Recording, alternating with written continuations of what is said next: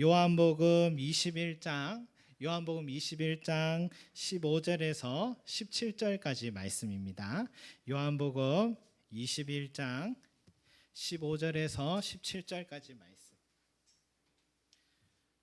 요한복음 21장 15절에서 17절까지 말씀입니다.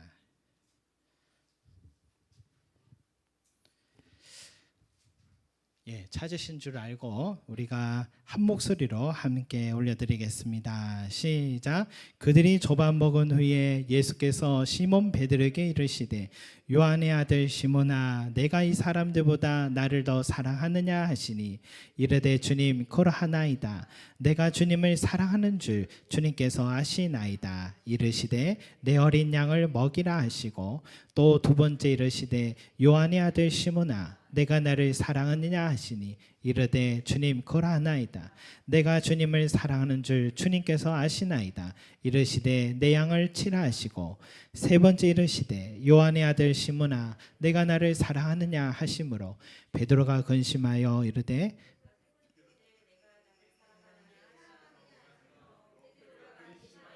네, 주님 모든 것을 아시오매 내가 주님을 사랑하는 줄을 주님께서 아시나이다. 예수께서 이르시되 내 양을 먹이라. 아멘. 말씀 구절이 좀 저는 기록상 빠져 있었던 것 같습니다. 감사합니다. 여러분 오늘은 우리가 부활주의를 지금 맞이하고 있습니다. 우리 기독교에서 가장 뜻깊은 날이 크리스마스라고 이렇게 생각할 수 있죠. 성탄절을 할 수 있는데 그러나 우리 초대교회 성도들이 복음 전할 때 가장 핵심적인 내용은 예수께서 다시 사셨다라는 부활의 메시지였습니다. 우리는요, 우리 그리스도인들에게 가장 굿뉴스는 예수님의 부활 그 자체이기 때문입니다. 왜냐하면 예수님의 부활은 사망 권세를 이기셨다라는 뜻을 말하는 것이고 또한 우리도 죽을 수밖에 없지만 결국 부활될 것이라는 증거이기도 하기 때문입니다. 여러분 우리는 그래서 죽음 두려워하지 않습니다. 주님이 부활하셨듯이 나도 죽지만 언젠가 다시 부활한다는 확신이 있고 또 내 사랑하는 사람이 죽음으로 이별하였다 하더라도 부활의 날에 다시 만날 수 있다는 이 믿음 때문에 우리는 소망을 갖고 죽음을 두려워하지 않게 되었습니다. 여러분 또한 부활 소망이 우리에게 주는 약속은요, 부활의 주님께서 지금도 늘 나와 함께 살아 역사하신다는 그 사실에 있습니다. 물론 승천하셔서 하나님 우편에 앉아 계시지만 부활의 주님은 지금 이 땅에 살아가는 우리 그리스도인들을 성령을 통하여서 함께 하시고 지켜주시는 분이십니다. 살아계신 주 나의 참된 소망 걱정 근심 전혀 없네. 사랑의 주 내 갈 길 인도하니 내 모든 삶의 기쁨 늘 충만하네. 여러분 이것은 이 땅을 살아가는 우리들에게 부활의 주님이 함께 하시는 주시는 함께 함으로 주시는 기쁨이요 은혜라는 것을 말해주는 것입니다. 여러분 어떻게 부활의 주님이 함께 하시는가?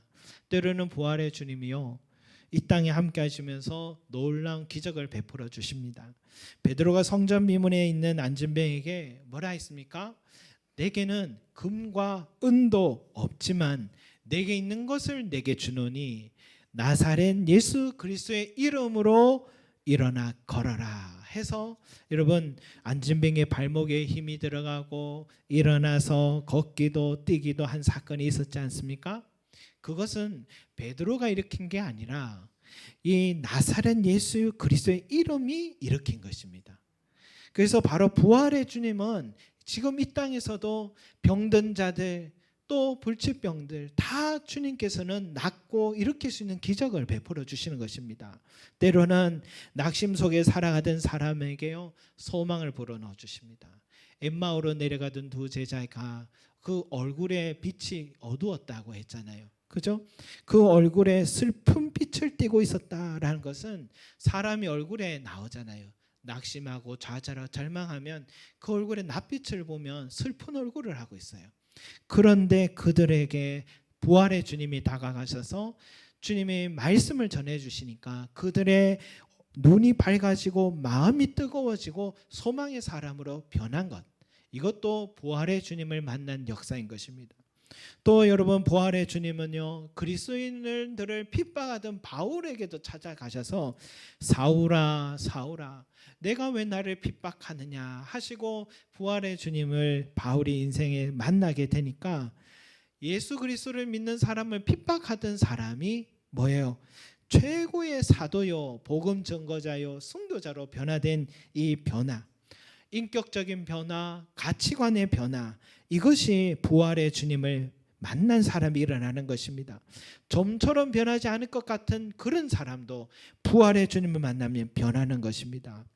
얼마 전에요, 신호등을 다 건너는데 한 청년이 이렇게 쫙 머리를 넘기면서 지나가길래 참 저 청년은 누군가 하고 자세히 보니까 사나더라고요. 우리 사나가 신호등을 건너는데 머리를 쫙 넘기면서 이래 넘겨 가는데 참 멋있다, 청년이다 하고 봤더니 사나더라고요. 그래서 저와 사모가 보면서 참 멋있게 변했다.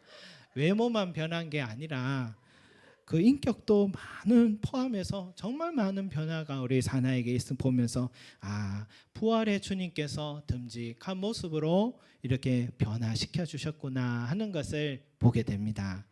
성도 여러분, 오늘 상장을 받은 우리 자녀들을 위해서 꼭 기도해 주시기 바랍니다. 이 자녀들이 가장 필요한 것은 인생을 걸으며 부활의 주님을 만나는 것입니다.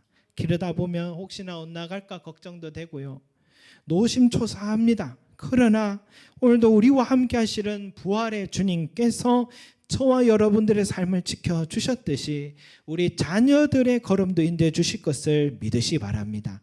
여러분, 우리가 직접 양육하는 것보다 주님이 직접 양육하는 게 훨씬 효과적이고 탁월하다는 사실 믿으시기 바랍니다. 울지마 톤즈라는 유명한 영화가 있잖아요. 다큐멘터리, 이태석 신부님의 삶을 그린 영화가 있잖아요.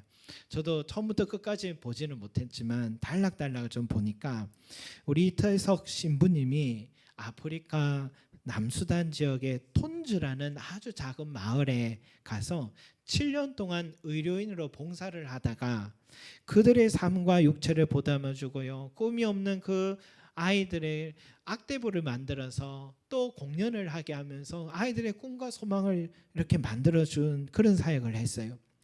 그래서 이제 어느 날 한국에 와서 건강검진을 받아야 돼서 이렇게 한국에 와서 건강검진했더니 대장암 4기라는 판정을 받게 됐습니다. 그래서 47살에 주님의 품에 안기시게 됐어요. 신부님이 돌아가셨을 때 가장 슬퍼했던 사람들이 이 악대부 아이들이었던 것 같아요. 얼마나 많이 우는지 몰라요. 여러분, 이번에 새로 또 그 영화를 만들었던 감독이 새로운 영화를 또 다시 냈는데 그게 부활이라는 영화입니다. 이제 이태석 신부님이 소천하신 지 10년이 지난 후에 일어난 일들을 이 영화 속에 그렸어요. 그 아이들이 신부님을 뜻을 이어받아서 10년이 지난 지금은 어떻게 됐느냐, 70명이나 의료인이 그 마을 아이들 속에서 다시 세워지게 된 겁니다. 고국으로 그 아이들이 돌아가서요, 한센병 환자들에게 꼭 10년 전에 신부님들이 환자들 대할 때처럼 먼저 악수하고 그리고 이야기를 하면서 치료를 해주는 그 장면을 아이들이 그대로 따라하고 있는 거예요. 여러분, 감독은 이게 부활이라고 말하고 싶었다고 그렇게 표현을 합니다. 여러분, 우리도 언제 한번 영화를 봤으면 좋겠다 하는 생각을 하고 있습니다. 그 작은 아프리카 마을 톤즈에서 한 사람 이태석 신부의 헌신과 사랑으로 그 어린 아이들에게 부활의 주님을 만나게 되니까 그 아이들에게 꿈과 소망이 심겨지고 자신들도 그 신부님과 같이 의료인이 되어야겠다 생각을 한 것이죠. 여러분, 이게 부활의 역사인 것입니다. 그 삶이 변화되고 인격이 변화되고 가치관이 변화되고 꿈을 갖고 살아가는 것, 부활의 주님을 만났을 때 일어나는 역사인 것입니다. 여러분, 우리 자녀들에게도 이 부활의 소식을 꼭 전하는 저와 여러분 되시기 바랍니다.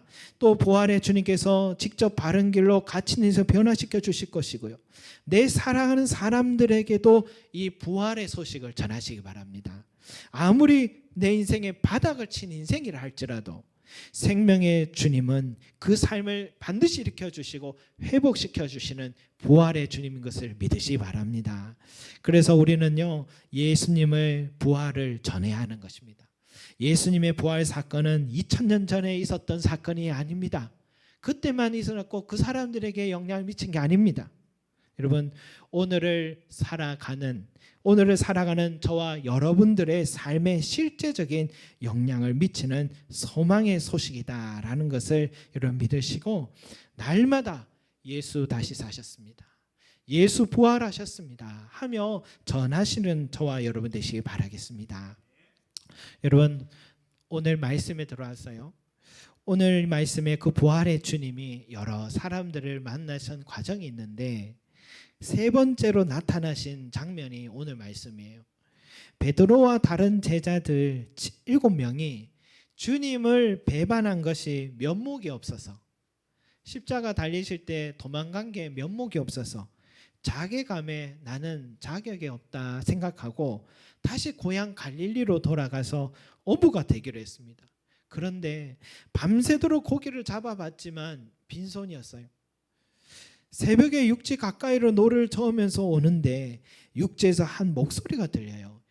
얘들아, 너희에게 고기가 있느냐? 너희에게 고기 있느냐? 부활의 주님이 물으셨는데 제자들은 누군지 몰라서요, 동네 어른인 줄 알았던 거죠. 제자들이 이래 대답했어요. 한 마리도 못 잡았습니다. 그러니까 그 예수님이 그물을 배 오른편에 던지라 라고 했습니다. 그래서 누군지 몰라도 속는 셈 치고 그 자리에서 오른편에 던진 거예요, 그물을. 그랬더니 놀란 일이 일어났습니다. 그물에 고기가 너무 많아서 끌어올릴 수가 없었어요. 여러분, 베드로는 이 장면을 보면서 이거 어디서 많이 본 장면인데 이 생각했을 것 같아요.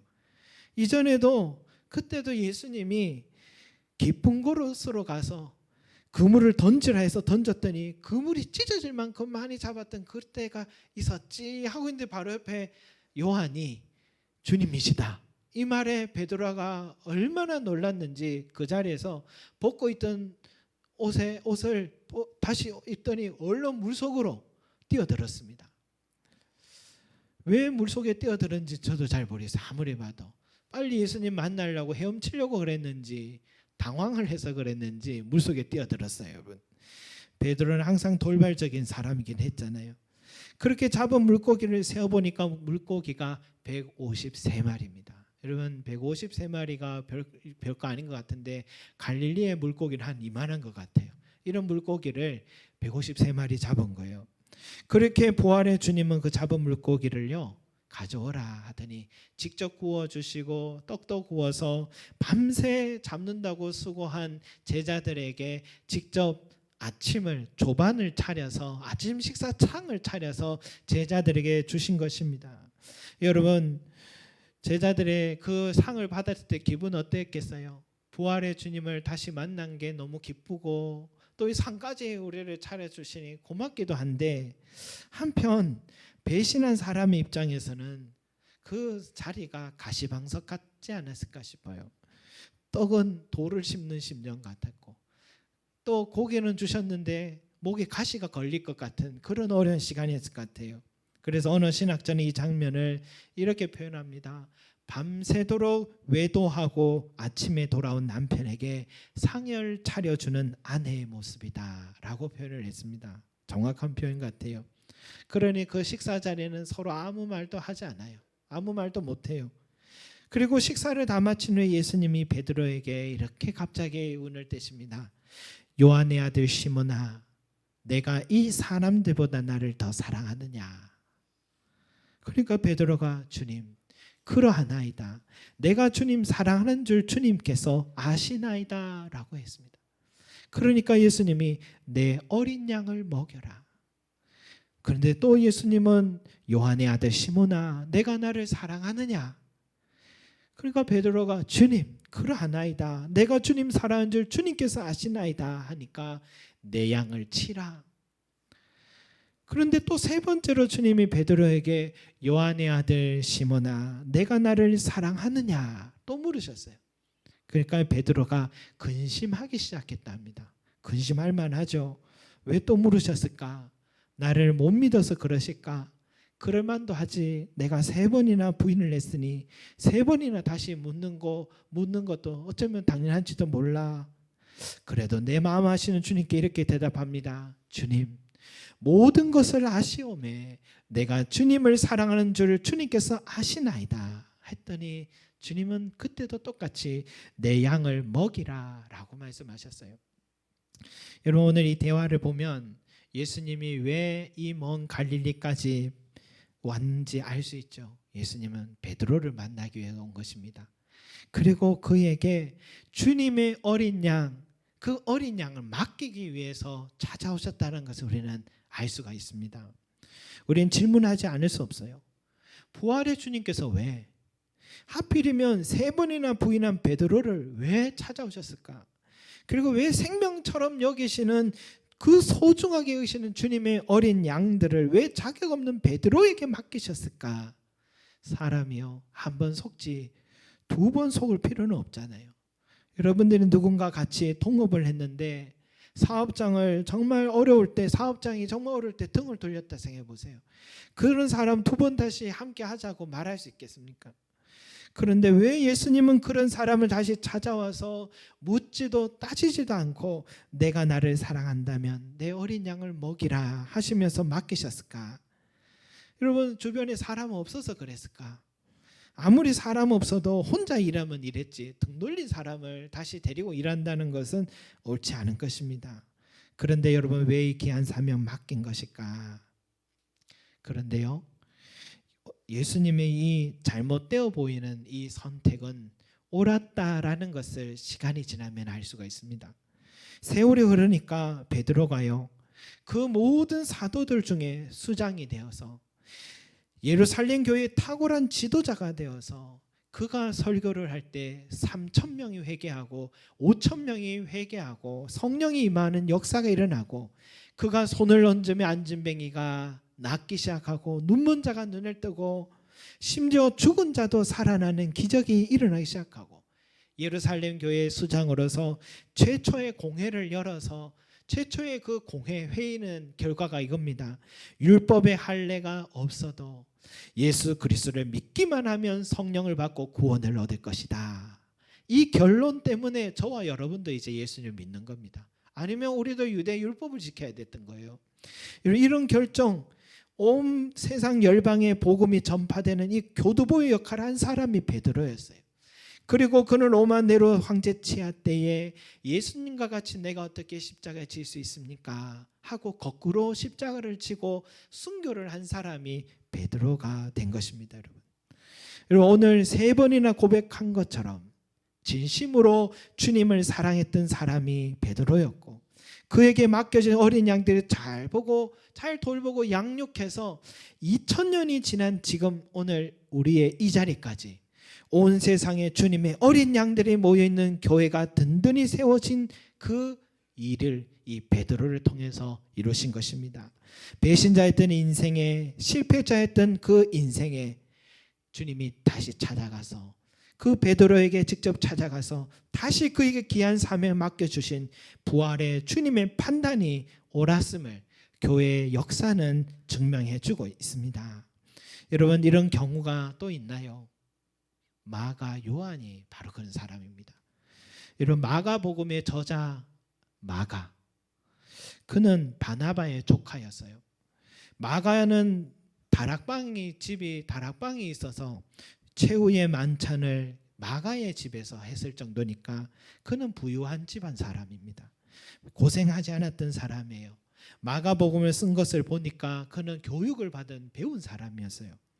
그런 마가가 바울과 바나바와 1차 전도여행을 갔는데 너무 곱게 커서 그런지 정말 가장 어려울 때에 바울과 바나바를 등을 돌려버리고 고향으로 다시 돌아와 버린 사람이 마가였습니다. 여러분, 그렇게 철부지였어요.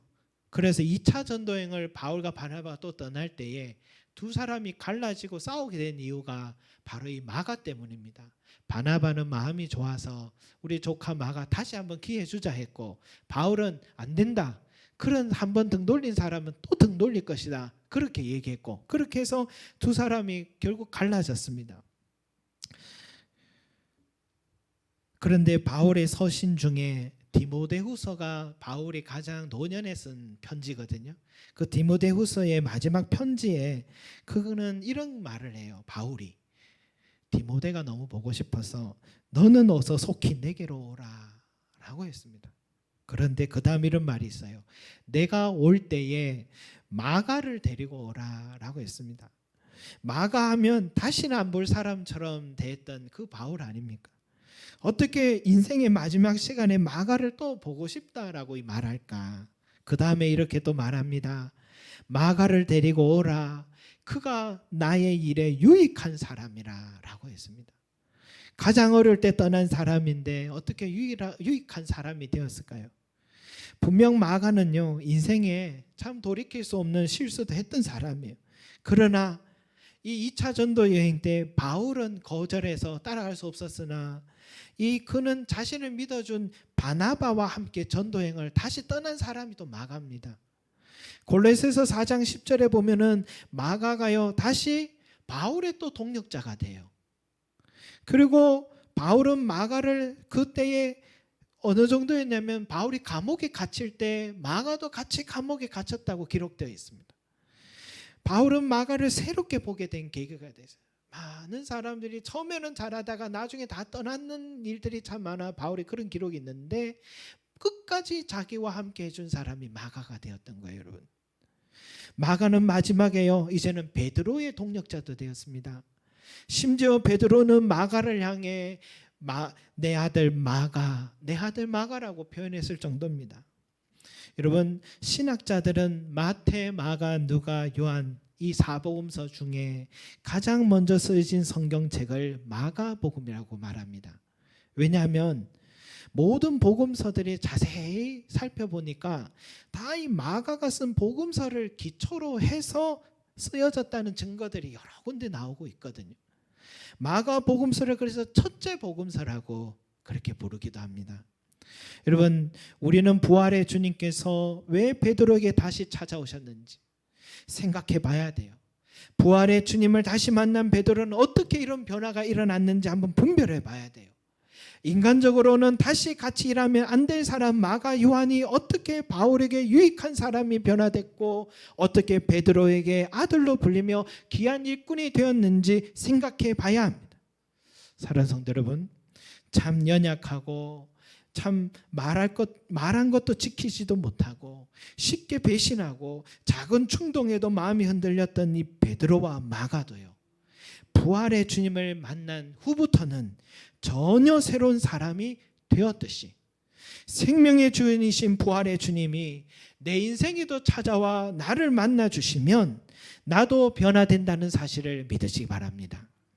신뢰하기 힘든 사람이 믿음의 사람이 되고요, 마음이 약해 두려움 많던 사람이 아무도 꺾을 수 없는 용기의 사람이 되고 세상 권세자들보다 하나님을 더 두려워할 줄 아는 그런 사람으로 변화되는 것입니다. 그래서 우리는요, 사람을 볼 때에 그 사람이 몇 번의 생활 속에서 또 시간 속에서 믿을 만한 사람인가 하고 그 생활 속에서만 보면 안 됩니다. 그 사람이 부활의 주님을 만난 사람인가, 이 기준으로 봐야 되는 것입니다. 부활의 주님을 만나지 못했다면 그가 평소 아무리 신뢰할 모습을 보여줬다 해도 결국은 넘어질 수밖에 없는 게 인간이라는 것을 알아야 합니다. 그래서 우리는요, 우리가 형제 자매를 바라볼 때에 그 사람이 실수도 하고 연약함도 있어도 너그럽게 봐줘야 합니다. 베드로도 마가도 부활의 주님을 만나기 전까지는 그랬던 사람이기 때문이에요. 그러나 그런 사람도 부활의 주님을 만나면 베드로와 마가와 같이 하나님의 손에 귀하게 쓰임받게 되는 것입니다. 그래서 누구든지 부활의 주님을 만날 수 있도록 우리는 가르치고 돕는 일을 우리가 해야 할 일인 거예요.